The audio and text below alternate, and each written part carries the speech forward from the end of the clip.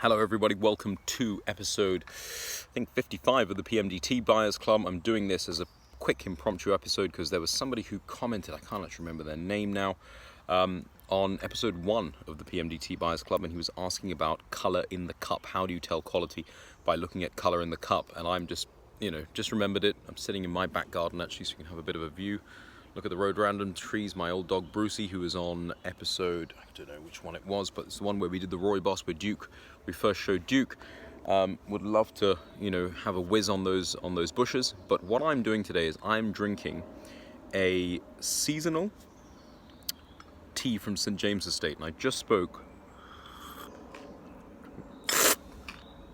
to the old previous manager of St. James Estate, my good friend Odi. I spoke to him. He was the one who actually made this particular tea when he was on St. James last year. And I thought it would be a good example of showing you what would be, what should a good cup color look like. Now, each tea, you must understand, each tea, you're looking for different characteristics. If you're looking at, let's say, a first flush Darjeeling, the cups usually are lighter.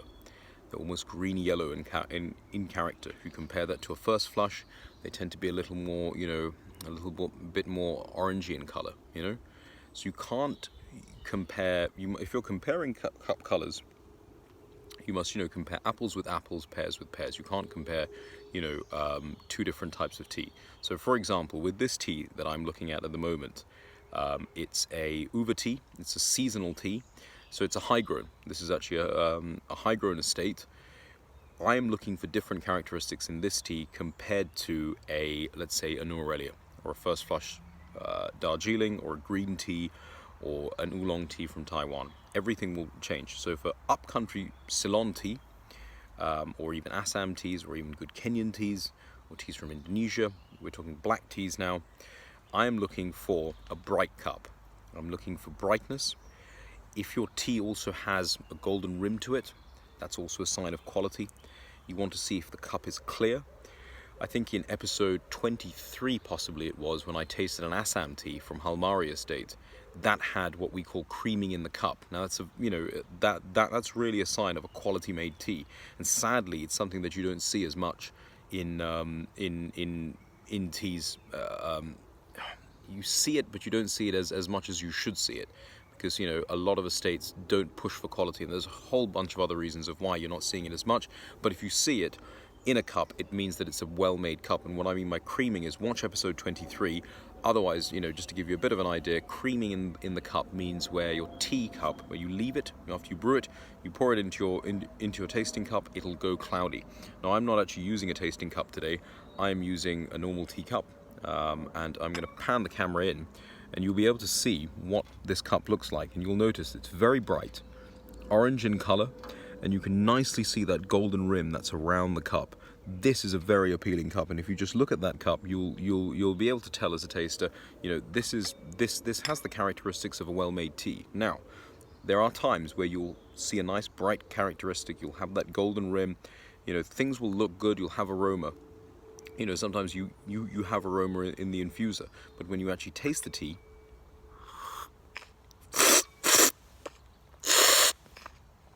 it lacks in quality. Now, with this particular St. James tea, it's from Uva. Uva has its quality season, which is between July and August. This is from last year's Uva season. We haven't come into this year's yet. Massive quality in this tea. It has this wintergreen note. It has a bitterness. It has an astringency. All things that you associate with Uva teas. And if you haven't tasted genuine Uvas, genuine seasonal Uva teas, come out to the PMD website, try this tea, because this really is something special, and this is a great example of a well-made Uva tea.